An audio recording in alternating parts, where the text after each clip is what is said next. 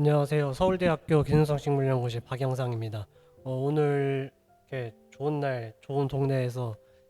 학교에 약용작물학회 발표할 수 있게끔 기회를 주신 양태지 회장님, 그 다음에 약용작물학회 관계자 여러분, 그리고 늦은 시간까지 지금 학회에 참석해서 강연을 들어주고 계시는 학회 참석자 모든 분들께 감사 인사드리면서 발표 시작하도록 하겠습니다. 오늘 제가 발표드릴 주제는 네, 약용작물에서 유전체 정보가 요즘 굉장히 많이 나오고 있는데 이러한 유전체 정보들을 어떻게 활용해서 분석하고 접근할 수 있을지에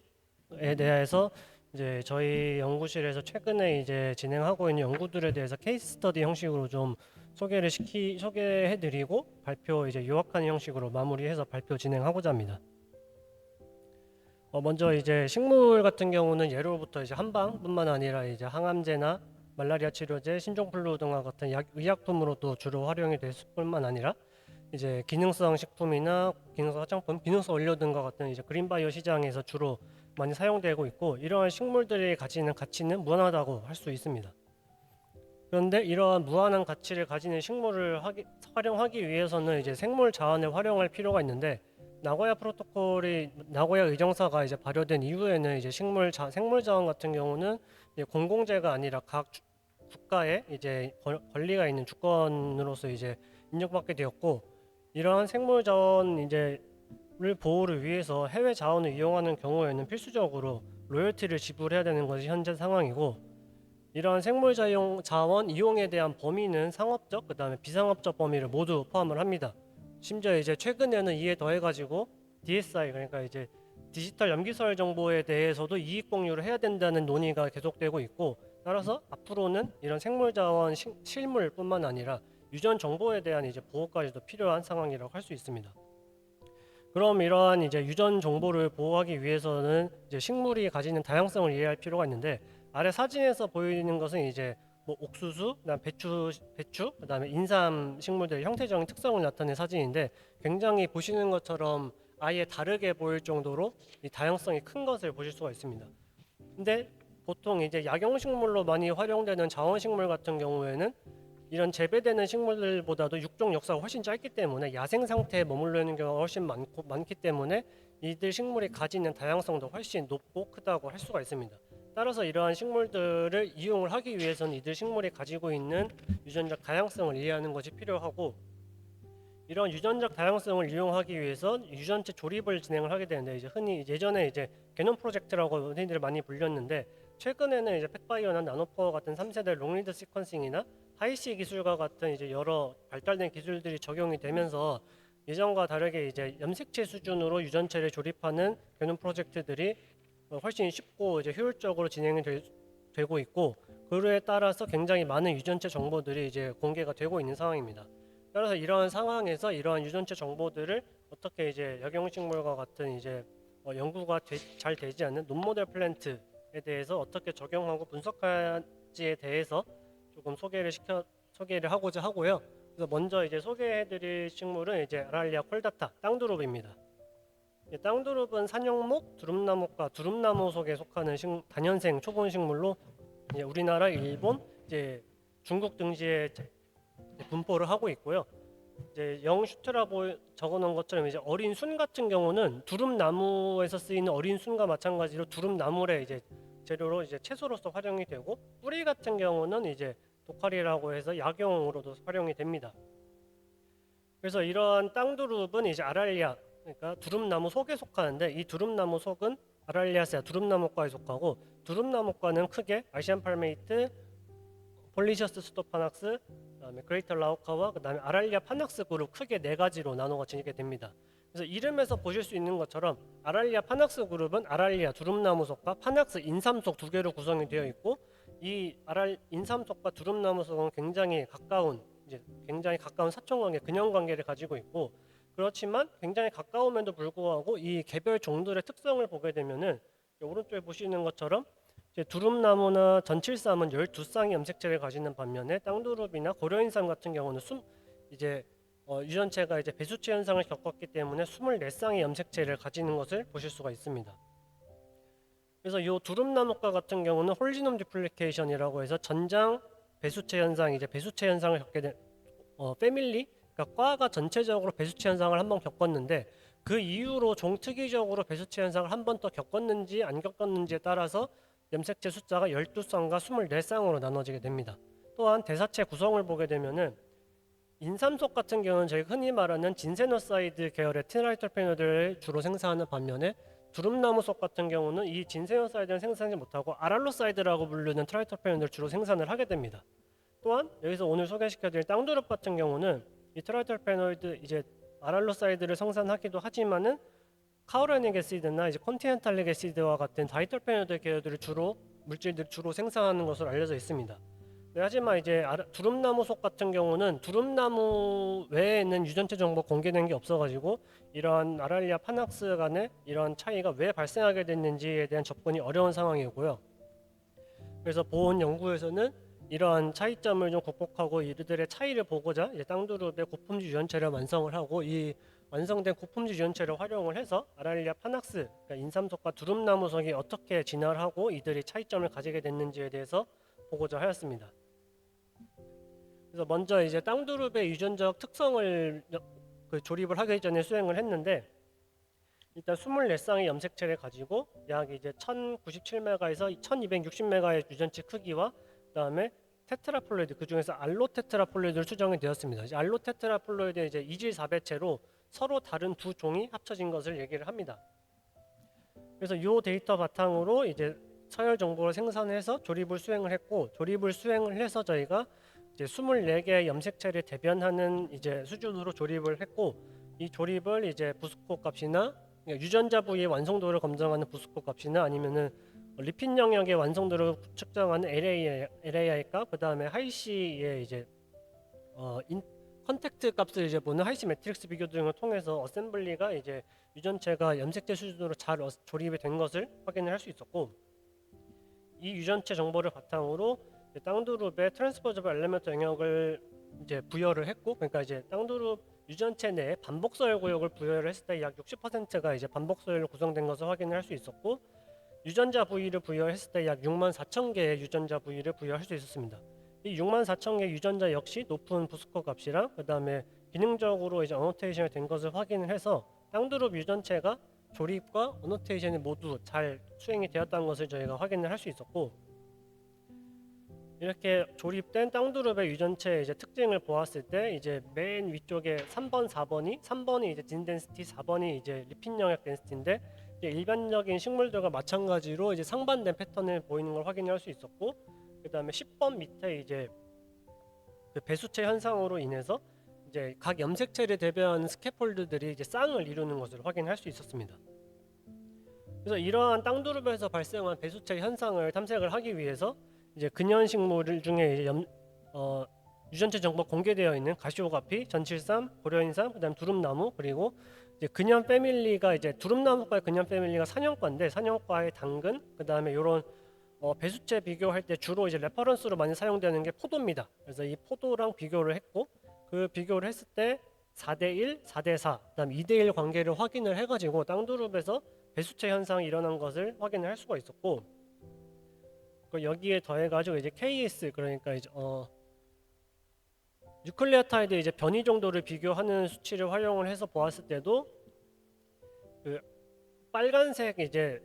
실선이 이제 땅두릅의 이제 피크선인데 아랄리아사 베타 그러니까 두릅나무과의 공통적인 배수체 현상 이후에 땅두릅이 개별적인 피크를 가지는 것을 확인을 해서 오른쪽에 이제 개통수 비교처럼 땅두릅이 최근에 이제 고려인삼과 마찬가지로 최근에 배수체 현상을 겪었다는 것을 저희가 추정을 할 수 있었습니다. 그래서 아까 말씀드린 것처럼 땅두릅이 이제 배수체 현상을 겪었는데 이 배수체 현상을 겪었는데 이질 4배체이기 때문에 서브지놈이라고 해서 서로 다른 두 종의 이제 원형을 찾을 수가 있고 이거를 이제 서브지놈 특이적인 리피드 서열이나 개통수 비교 그다음에 근현식물인 이제 두릅나무와의 변이 정도를 비교를 통해서 24개의 염색체를 12개의 각각 서브지놈 A와 B로 분류를 할 수 있었고요. 이질 배수체의 경우에는 한쪽 서브지놈에서 유전자 개수가 좀 더 많거나 유전자 발현량이 높은 서브지놈 도미넌스라고 하는 현상이 발생을 하게 됩니다. 그래서 이제 왼쪽에 A의 진 리텐션을 보게 되면은 이제 유전자 개수는 A 지놈과 B 지놈에서 큰 차이가 없었는데 변이 속도가 A 지놈이 조금 느리고 발현량을 비교했을 때 A 지놈에서 더 높은 발현량을 확인할 수가 있어가지고 서브 지놈 A가 이제 땅두릅에서는 좀 더 도미넌트 할 것이라고 추정을 할 수 있었습니다. 그래서 이렇게 확인된 서브 지놈을 바탕으로 아랄리아 파낙스 내에서의 이제 배수체 현상을 이제 탐색을 해봤을 때 이제 왼쪽과 오른쪽에 1번 번호로 적혀있는 1번과 5번이 이제 동일한 지점인데 1번 피크에서 두릅나무와 인삼 속의 공통 조상이 분할을 먼저 하고 2번 피크에서 두릅나무 속의 공통 조상이 분할을 하게 됩니다. 이후에 3번과 5번 피크의 5번에서 이제 인삼 속의 공통 조상들이 분할을 하고 4번에서 땅두릅을 구성하는 서브지놈의 공통 조상이 분할을 하게 되는데 이 별표 표시친 배수치 현상은 이 서브지놈 간의 분할 이후에 발생을 하기 때문에 이 피크 값이 약 0.03으로 이 0.03이면 KS 값이 굉장히 최근 이제 유전체 진화에 있어서는 굉장히 최근인데 그러니까 땅두릅과 고려인삼이 굉장히 최근에 배수체가 된 식물이라는 것을 알 수 있었습니다. 또한 이제 선행 연구들에서 보았을 때 두릅나무과 같은 경우는 이제 베이지 크로모점 넘버 기본적인 염색체 개수가 12쌍인데 이것은 이제 두릅나무과 공통적인 배수체 현상인 아랄리아스아 베타 이후의 현상이고 아랄리아스아 베타 이전은 6개 그러니까 6개 이후에 12개가 된 것으로 선행 연구에 추정이 된 적이 있습니다. 그래서 이제 A에서 보시는 것처럼 땅두릅이랑 이제 근현 식물들하고 비교를 했을 때 염색체 구조가 현재까지도 거의 인택트하게 남아있는 것을 확인할 수가 있어서 이들 구조를 비교했을 때 땅두릅이 현재 12개의 베이지 크로모즘에 해당하는 원형 구조를 가지고 있다는 것을 추정할 수 있었고 이 12개를 다시 비교를 했을 때 6개의 관계를 6개의 베타 디플리케이션 이전 관계를 추정할 수 있었습니다. 그래서 12개의 포스트 베타 앤세스터 프로토크로모점을 비교를 했을 때 1번과 9번처럼 이제 현재에 와서 굉장히 많이 조각난 경우도 있었지만은 7번과 12번, 8번과 11번처럼 현재까지도 그 염색체 구조가 유지가 되고 있는 경우도 확인을 할 수가 있었고 이런 염색체 구조를 추정을 해봤을 때 먼저 이제 앤세스터 유다이커 캐리어타입이라고 하는 7개의 원식 크로모점이 1억 2천만 년 전쯤에 감마 트리플리케이션을 겪으면서 앤세스터 커 유다이커 캐리어타입 21개의 ACEK를 형성하고 이 21개가 두릅나무과가 되는 과정에서 총 6개로 다시 재구성이 되게 됩니다. 그리고 이 6개의 원식 크로모점이 베타 디플리케이션을 겪으면서 현재 12개의 두릅나무과에 해당하는 베이직 크로모점을 구성하게 되고 이 12개의 크로모점이 종분화나 종특이적인 배수치 현상을 겪으면서 현재의 두릅나무과 식물들의 유전자 구성이나 유전체 구성을 이루는 것으로 저희가 추정을 할 수 있었습니다. 그 다음에 앞서 말씀드린 것처럼 이제 두릅나무 속이랑 인삼속 같은 경우는 이제 단마렌 타입에 기반한 이제 진세너사이드 구성에서 차이가 있게 되는데 이러한 구성 차이는 이제 선행 연구에서 이제 두릅나무에서 진행된 선행 연구에서 단마렌 디오를 이제 합성하는데 필수적인 유전자인 DDS 유전자에서 엑손이 결실이 되면서 두릅나무에서는 단마렌 타입에 기반한 진세너사이드가 생산되지 않는다고 선행 연구에서 확인이 된 바 있습니다. 그래서 실제로 저희도 이제 땅두릅에서 확인을 해봤을 때 이제 단마렌 타입의 진세너사이드가 검출이 되지 않았고요. 그래서 그럼 이거를 땅두릅까지 포함을 해서 왜 이렇게 인삼 속 식물들이랑 두릅나무 속 식물들이랑 차이가 나는지 확인을 하고자 이거에 관여하는 후보 유전자들을 이제 캔디데이트들을 전부 출연해서 선행 이제 연구들이랑 그다음 이제 개통수 분석이랑 발현량을 통해 가지고 DDS 유전자와 DDS 라이크 유전자로 구별을 하였습니다. 그래서 이제 개통수에서 보실 수 있는 것처럼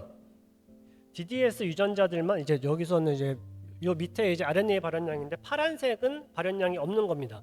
그래서 DDS에 해당하는 유전자들만 발현량이 있고 그리고 이 유전자들은 인삼속에 속하는 식물들에서만 디텍팅이 되었습니다.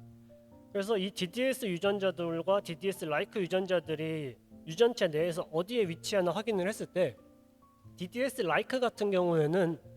땅두릅, 두릅나무, 고려인삼, 전칠삼, 가시오가피 더 나아가서는 산역과에 속하는 당근 고수에서도 이제 유전자 블록이 동일하게 존재하는 것을 확인할 수 있었는데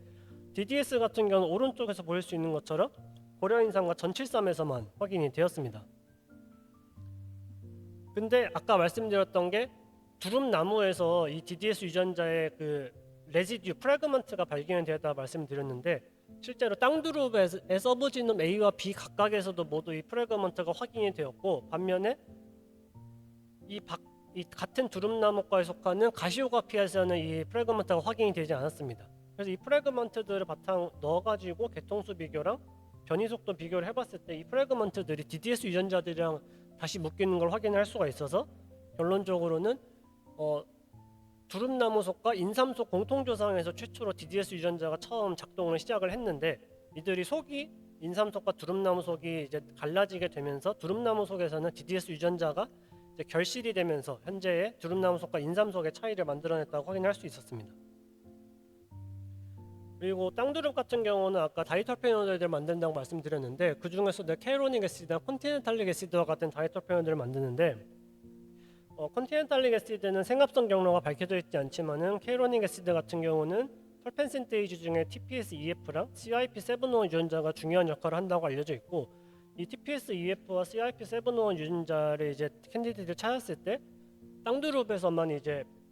그 숫자가 다른 종에 비해서 거의 이제 2배 이상 늘어나 있는 걸 확인할 수 있었고 CYP701도 마찬가지로 땅두릅에서 그 숫자가 늘어나 있는 것을 확인할 수 있었습니다. 그래서 이 유전자가 어디서 늘어났나 확인을 해봤을 때 TPS-EF 같은 경우 땅두릅의 염색체 9번에서 CYP701 같은 경우 땅두릅의 염색체 13번에서 이 동일 지역에서 탠덤하게 듀플리케이션 된 것을 확인할 수 있었습니다. 그래서 아까 말씀드린 DDS 관련한 트라이터펜 생합성 유전자들과 이제 카이로닉 애시드 생합성한 다이터펜 유전자들을 이제 추려가지고 이 생합성 경로 히트맵을 재구성할 수 있었고, 그다음에 RNA-식 발현량을 이용을 해서 땅두릅의 유전자들의 발현량을 클러스터를 지었을 때 이 오른쪽에 빨간색 원친 것들이 이제 C0에 해당하는 클러스터로 전부 묶였는데 특히 이제 다이터펜에 해당하는 유전자들이 이제 잘 묶인 것을 볼 수 있습니다. 그러니까 결론적으로는 이제 DDS 같은 유전자 결실, 그다음에 TPS나 CYP 같은 유전자들 텐덤한 유전자들 듀플리케이션이 현재의 땅두릅과 그다음에 인삼성 두릅나무소를 결정짓는 대사체 구성에 있어서 큰 기여를 하였을 거라고 추정을 할 수 있었습니다. 그래서 여기까지가 이제 땅두릅 진행된 내용이고 이제 식빵풍에 대해서 저희가 진행을 하고 있는데 식빵풍은 현재 진행 중인 내용이라서 조금 간략하게 말씀을 드리겠습니다. 이제 식빵풍은 산용목, 산용과 기름나무 속에 속한 이제 2년생 식물로 1년 차에는 영양생장을 하고요. 2년 차에는 겨울을 나면서 버널라이제이션을 통해서 생식생장 스테이지로 전환이 되게 됩니다. 그래서 이제 잎 같은 경우는 채소로 많이 사용되고 뿌리 같은 경우는 약재로 많이 사용이 되고 이 푸세다눔 자포니콘만 특이하게 푸세다눔 속 기름나무 속 중에서 이제 해안가에 서식하는 식물입니다. 저희 연구실에서 이제 계속적으로 이제 식빵풍에 대한 연구를 진행을 하고 있는데 우선 여러 가지가 있는데 유전체 관련해서만 이제 말씀을 드리면은 이제 저희가 이제 원방풍, 식빵풍, 갯방풍이라 이제 흔히 방풍이라 불리는 세 종에 대해서 이제 엽록체 비교를 한 적이 있는데 이러한 엽록체를 구별하는 마커를 개발하고 식빵풍에서만 엽록체 내에 IR에 해당하는 구조가 이제 익스펜션 됐다는 것을 이제 선행 연구에서 확인을 한 바가 있습니다. 그래서 식빵풍 개체들만 수집을 다시 해서 비교를 해봤더니 이 IR 익스펜션이 식빵풍에서 종특이적으로 일어나는 게 아니라 종 내에서 일부 계통들에서 일어나는 것을 확인할 수가 있었고, 그러니까 이 IR 익스펜션이 인트라스페시픽하게 일어난 현상이라는 것을 확인을 했고, 그다음에 국내에 자생하고 있는 여러 다양한 수집전들을 모아가지고 이제 엽록체 기반으로 분자마커 적용을 해서 식빵풍의 유전적 다양성이 굉장히 높다는 것을 확인을 하였습니다. 그래서 요 연구에서는 이제 마찬가지로 이렇게 높은 다양성을 가진 식빵풍의 고품질 유전체를 완성을 하고 이 분자마커 개발을 통해서 이제 식빵풍의 유전 다양성을 보고자 했습니다. 그래서 마찬가지로 식빵풍에 대해서도 이제 유전적 구성을 확인을 했을 때 11쌍의 염색체와 약 2000메가 정도의 유전체 크기 그리고 이제 2배체 식물로 추정이 되었고 유전체 조립을 했을 때 이제 11개의 염색체를 대변하는 스캐폴드들이 이제 약 2기가로 조립이 되었고 이제 마찬가지로 부스코나 LAI 그다음에 이제 컨택트 매트릭스를 봤을 때 굉장히 어셈블리가 잘 수행되었다는 것을 확인할 수 있었고요. 식빵풍 같은 경우는 아까 땅두릅보다 유전체 크기가 한 1기가 그러니까 약 1000메가 정도 큰데 그렇기 때문에 이제 리핀 영역을 부여를 했을 때 약 83% 유전체 대부분이 반복서열로 구성된 것을 확인할 수 있었고 약 39,000개의 유전자 서열을 저희가 부여할 수 있었습니다. 그래서 이제 요 방풍도 마찬가지로 이제 포도랑 비교를 했을 때 1대 4를 확인할 수가 있어가지고 이제 산효과 같은 경우도 마찬가지로 두 번의 이제 배수치 현상을 겪은 걸로 알 수 있는데 한 번 겪을 때마다 두 배씩 늘어나기 때문에 1대 4면은 이제 배수치 현상을 두 번 겪었다는 얘기고 이걸 통해서 다시 확인할 수 있었고 이제 개통수 비교나 이제 분화 시기 추정을 통해서 두릅나무과에 해당하는 두릅나무랑은 약 5,700만 년 전에 그다음에 병풀과는 5천만 년 전에 분화가 일어났고 이쪽에 보이는 4번에 해당하는 종들이 이제 방풍을 포함하는데 얘네들이 11쌍을 가지고 밑에 3번에 디케로타랑 C 아시아티카가 이제 당근과 병풀인데 얘네는 9쌍의 염색체를 가집니다. 그래서 9쌍의 염색체를 가지는 종들과 11쌍의 염색체를 가지는 종들이 약 2,300만 년 전쯤에 분화됐다고 추정이 되었고 맨 위에 P 자포니콘 밑에 이제 P 프라테럼이라고 이제 백화전어인데 백화전어와 이제 가장 가까운 근형 관계를 가졌다고 이제 확인이 되었습니다. 그래서 현재 저희 연구실에서 이 식방풍 재료 가지고 굉장히 열심히 연구를 진행을 하고 있고요. 이 사진에서 보시는 것처럼 이제 방풍은 굉장히 그 다양성이 형태적으로 보여주는 것처럼 굉장히 다양합니다. 그래서 이 다양한 자원들은 지금 수원과 평창에서 재배를 하면서 육성을 하고 있고 이들 중에서 일부 개체를 리시퀀싱을 진행을 해가지고 이제 변이지역 발굴 활동을 통해서 식방풍 자원들이 가지고 있는 이제 핵 염색체 내의 다양성을 이제 확인을 했습니다. 이 내용은 이제 그 종환 학생이 지금 포스터로 발표를 해놨기 때문에 상세한 내용은 거기 가서 확인하실 수 있을 것 같고 그래서 현재 이제 핵 유전체 기반으로 약 53개 정도 마커가 개발이 됐고 현재도 이제 분석을 진행하면서 저희가 육성 중인 계통이나 자원들에 대해서 이제 유전적 다양성을 확인을 하고 있습니다. 그래서 오늘 발표를 요약을 드리면은 땅두릅 유전체 정보를 이용해서 종이나 이제 속특이적인 유전 그 식물들의 진화가 어떻게 히스토리가 발생했는지 그래서 어떤 이유 때문에 이들이 차이가 발생했는지에 대해서 연구한 걸 보여드렸고 방풍에서는 이 자원 식물이 가지는 다양성을 발굴하는 작업을 통해서 분자막과 개발 등을 통해서 추후에 육종 과정에 있어서 분자 육종에 도움을 줄 수 있는 그런 이제 과정들에 대해서 소개를 드렸습니다. 시간이 많이 늦어졌는데 오늘 이제 제 발표가 앞으로 이제 유전체 정보가 많이 공개되고 있고 더 많이 공개될 텐데 이런 유전체 정보들을 활용을 해서 어떻게 자원식물이나 약용작물을 활용할지에 대해서 좀 힌트가 되었으면 좋겠습니다. 네, 발표 들어줘서 감사합니다.